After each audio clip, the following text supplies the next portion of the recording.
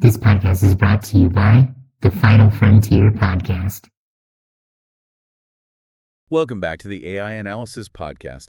Today we're taking a look at yet another episode of the Spur the Moment podcast. Yeah, if you like long, in-depth discussions of movies or pop culture, Justin and the incomparable Jordan are your guys. They recently got into R-rated comedies, apparently sparked by hitting 69 subscribers, which, well, they found objectively funny. Right, so we're going to unpack that conversation today, look at their takes on, the classics, some newer stuff, maybe some questionable ones too. Absolutely. The idea is to figure out what really landed with them, what maybe didn't, and perhaps why some of these comedies hold up and others don't age so well. Exactly. What makes them tick or maybe what makes them turn into milk over time. Okay, so let's kick off with some movie news they covered first. The Armor Wars situation. Don Cheadle apparently made a joke about it on the Today Show. Yeah, and what was interesting there was how the project itself has changed. It started off planned as a series. Right, and now it's a movie. Which often signals maybe a change in scope. Or creative direction. Could be anything, really. Definitely. And for one of the hosts, it seems like the big thing is Justin Hammer potentially returning. If he's not in it. Then the interest level just drops off a cliff. Yeah. Which tells you something about what parts of that Iron Man world resonate with them.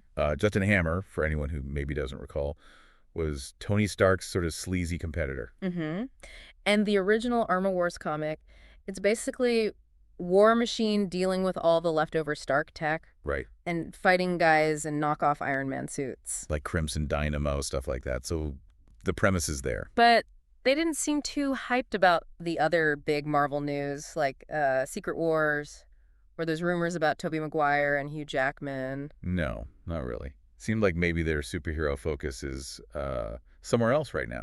Or maybe just fatigue. Could be superhero saturation, yeah. It's a lot. Or maybe those specific stories just aren't grabbing them. What was your take? Well, moving on, their view on modern South Park was pretty pointed. The feeling was definitely that it had sold out. Yeah, that's a common thing, isn't it? Longtime fans feeling like something lost its edge.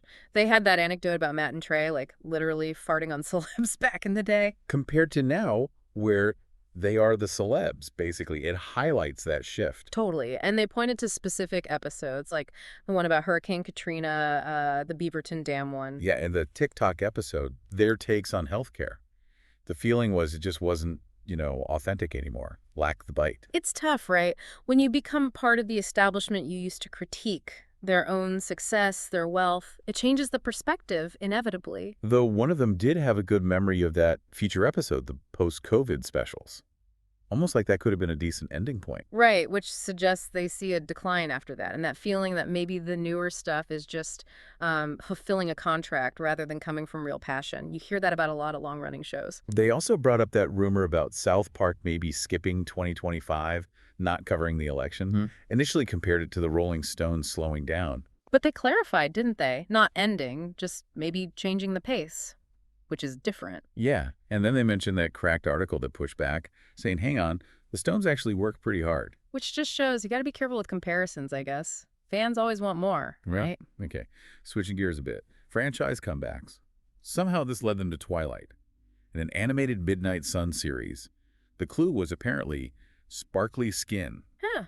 Yeah, it's funny how those things stick. Just sparkly skin and boom, everyone knows it's Twilight. Says a lot about its cultural footprint. And then they started talking about things that would make good anime, and Twilight came up again. Well, thinking about anime, the high drama, the intense emotions, it's maybe not that crazy an idea. They admitted they didn't know Twilight super well, but that kind of sickeningly melodramatic feel could fit. Yeah. They also touched on the, let's say, creepy side of the vampire teenager dynamic. Which is fair. Adapting stuff across cultures can definitely shine a different light on things, sometimes uncomfortably so. All right, let's talk about the Minecraft movie trailer reaction. It was not positive, generally. No, the main sticking point seemed to be that mix, right? Live action Jack Black, Jason Momoa, next to blocky Minecraft Steve. Yeah, it just looked jarring to them. Lots of confusion. It's always tricky adapting something with such a strong visual style. That clash can really pull you out of it if it's not handled just right.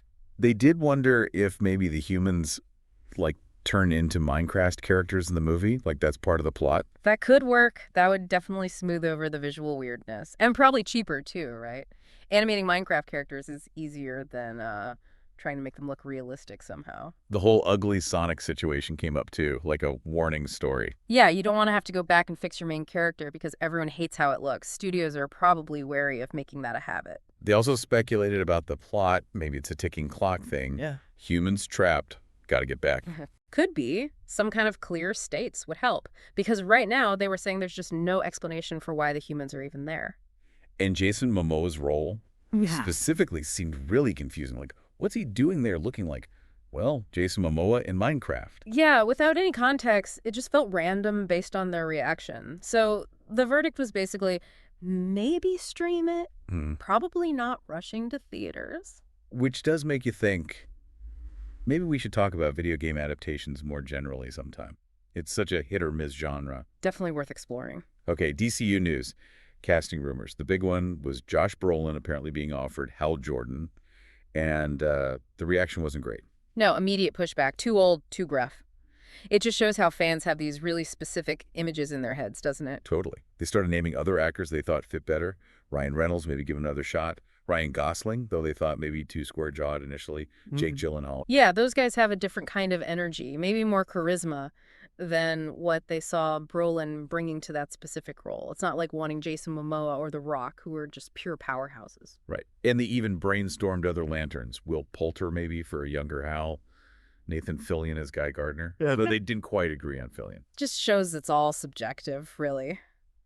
But interestingly, one of them seemed more excited about this new DCU direction than the current MCU, because it feels like building something new. Yeah, actual excitement for Momoa as Lobo for the Creature Commandos show, the Superman movie.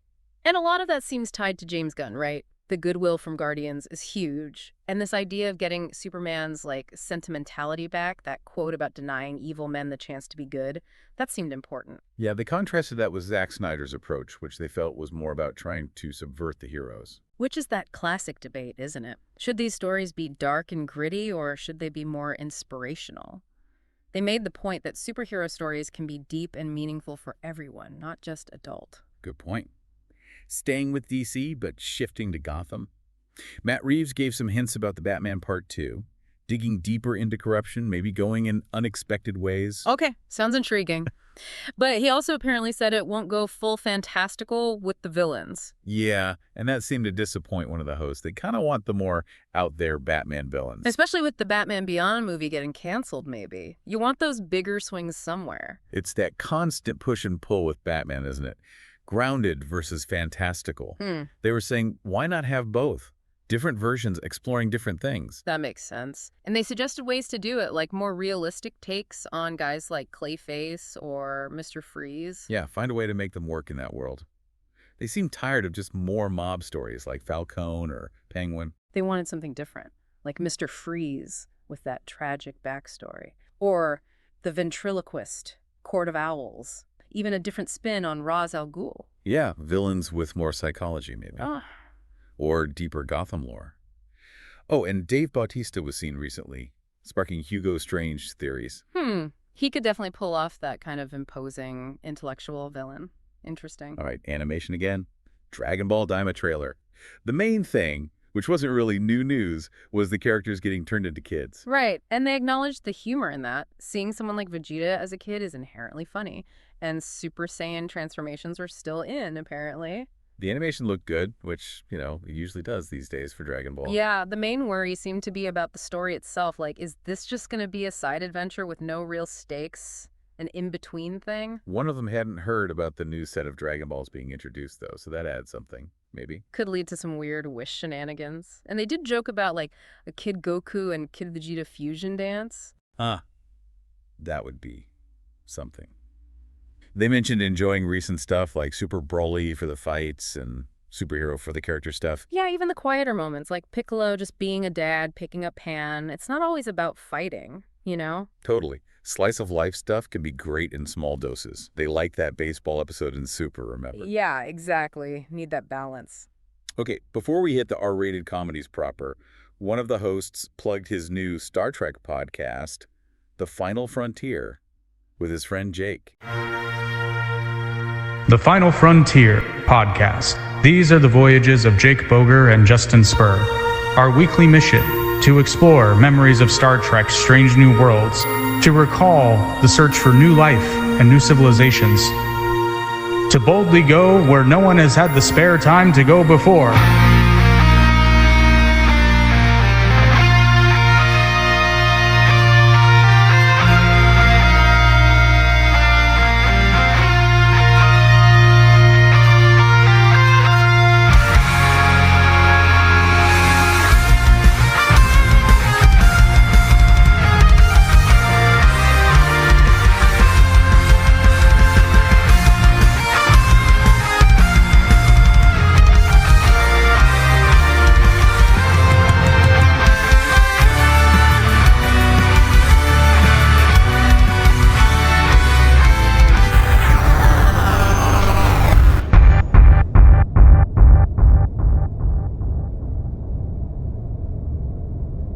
Yeah. Sounds like a serious undertaking, episode by episode, starting with the original series, like really getting into it. Apparently the pilot was a bit loose, so they're bringing notes from episode 2 onwards. More structure. And get this, they apparently record wearing Starfleet uniforms. No way. That's commitment. And they make fun of Shatner, too, which is, practically tradition. Final Frontier was premiering the next day, so Trek fans should check it out. Cool. All right, let's do this. Rapid-fire R-rated comedies. First, The Dictator. Yeah, they enjoyed this one. Just pure stupid humor. Sacha Baron Cohen still doing his promotion stunts, even in a scripted movie. Jason Mantzoukas as the nuclear guy was a highlight for them, and that plane helicopter scene apparently caused a weird Netflix subtitle thing. Funny anecdote. Mm-hmm. Okay, next. No Hard Feelings. Jennifer Lawrence tries to, well, bang a nerd for a car. This one didn't go over well. Felt condescending. The opening scene with the aggressive flirting and macing was problematic. And the ending felt unsatisfying. No real resolution after building up the romance angle. They mentioned the age gap, but kind of brushed it off with a "they're adults, who cares" attitude. Okay, the change-up. Ryan Reynolds, Jason Bateman, body swap. They liked it. Even though they admitted neither actor really pulled off playing the other guy convincingly. The runchiness level came up. The fountain peeing scene, that weird pregnant Russian woman. Yeah, memorable moments, let's say. Recommended, but with caveats. Then, Superbad. Big one. Does it hold up? They questioned it. The slurs, the early 2000s vibe. And remembering Rogen and Goldberg wrote it as teens. Jonah Hill basically playing Rogen. The penis drawings anecdote, McLovin, obviously. That long, uncut scene in the store reminded them of Adventureland. Rogen and Hader as the awful cops. McLovin feeling betrayed. They like that bit. Yeah, and the two-story structure.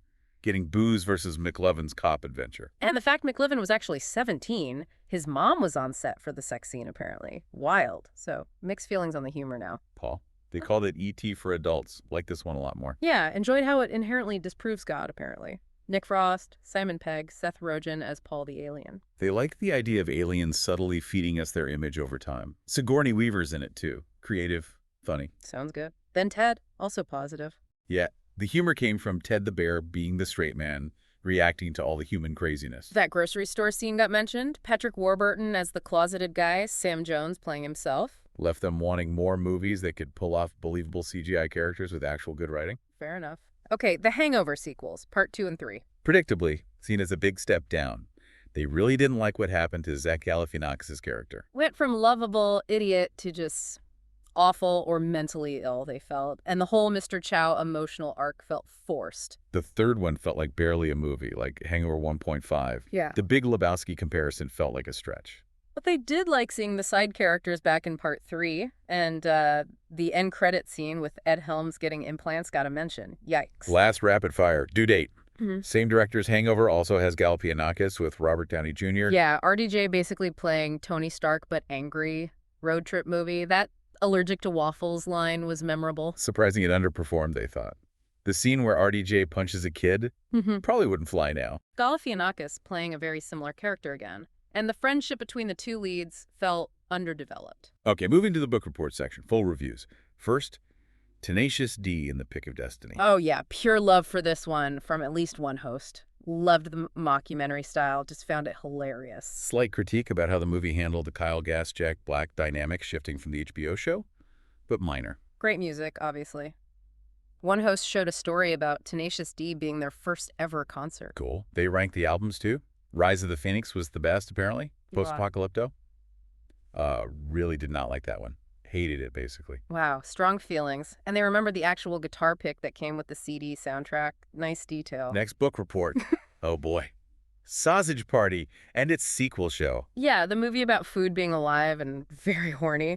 They shared a listener story about watching it drunk and just being baffled. The critique was that the humor was all over the place. Some smart commentary, maybe, but buried under stereotypes and bad puns. And some really upsetting stuff, apparently. Baby carrots getting eaten, a douche assaulting a juice box. Yikes. Bath salts as a plot point. Ends with a food orgy, of course. Then the sequel show, Foodtopia. Picks up after the food supposedly killed all humans. Cheap animation, rain-melting sugary foods. They need to find humans again. Kidnapping a human. A brain-in-the-ass concept. Food using human teeth as money. Cannibalism. Orange Julius is the villain. There's an election. A bun dies but is controlled by a grain of rice. What is going on? And then Frank the hot dog having graphic sex with a kidnapped human. Okay, yeah. The overall reaction to the show sounds like it was just overwhelmingly negative and kind of disgusting. All right, have seen section. Shorter takes. First, sex tape. They enjoyed this one, found the jokes funny, kid blackmailing them, getting the iPad back from the boss, the dog chase. Cameron Diaz's cocaine line got a laugh.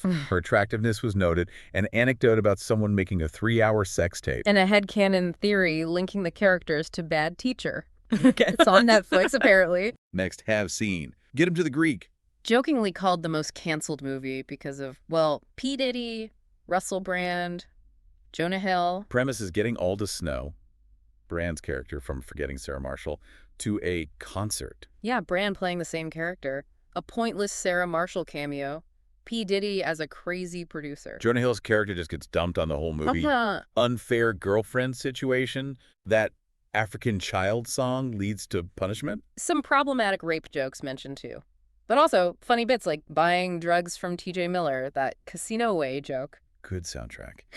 A detail about Aldous Snow breaking his arm during the concert. Yeah. So yeah, mixed feelings on if it holds up today. Okay, last section. Have not seen.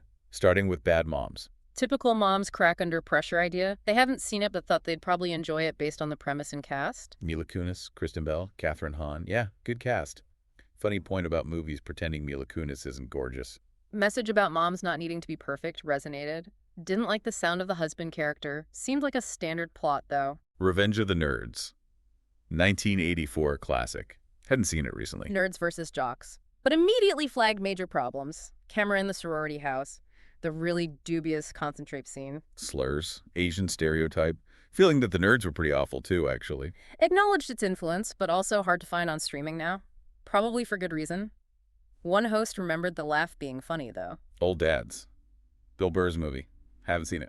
But strong reactions to the premise description. Frustration that Burr's character sounds like he should be sympathetic, but the movie maybe paints him as unreasonable. Like the parking lot scene, getting fired over jokes. Felt potentially valid points. Didn't like the sound of the pot shots at millennials or the wife being unsupportive. Seemed maybe out of step with Burr's current persona. Interesting take without seeing it. Finally, Porky's. 1982. Vague memory of a shower scene from one host, generally known as one of the worst movies ever. Yeah, highlighted the growth male characters, the prostitute scene. Really offensive stuff. Stereotypes, language, including the N-word. Plot makes no sense, apparently. Just revenge on some guy named Porky. One kind of funny egg prank was the only positive mentioned. Roger Ebert hated it. They seemed genuinely surprised how gross it was, even for the 80s, so yeah. As you heard, quite the journey through R-rated comedies there. Lots of crude humor, some attempts at commentary, and that constant question of how things age. Definitely. You probably have your own thoughts on these movies, maybe remembering them differently now or having your tastes change over the years. Thinking about all these films, what do you think makes an R-rated comedy actually last? Is it even possible for crude humor to stand the test of time with culture shifting so much? And did hearing about any of these spark your curiosity? Make you want to watch one, or maybe rewatch an old favorite, or perhaps avoid one entirely? Lots to think about. Thank you for joining us for this analysis of the Spur of the Moment podcast's R-rated comedy discussion. So today's episode is sponsored by the Spur of the Moment podcast, everybody. Come join us every Saturday, and we're going to do this. We're going to sit here. We're going to talk about the news. Time to talk about the Minecraft. Okay, It looks So, bad. We're gonna talk about movies. That new Joker movie is apparently terrible, and I want to see it so badly because I hear it's awful.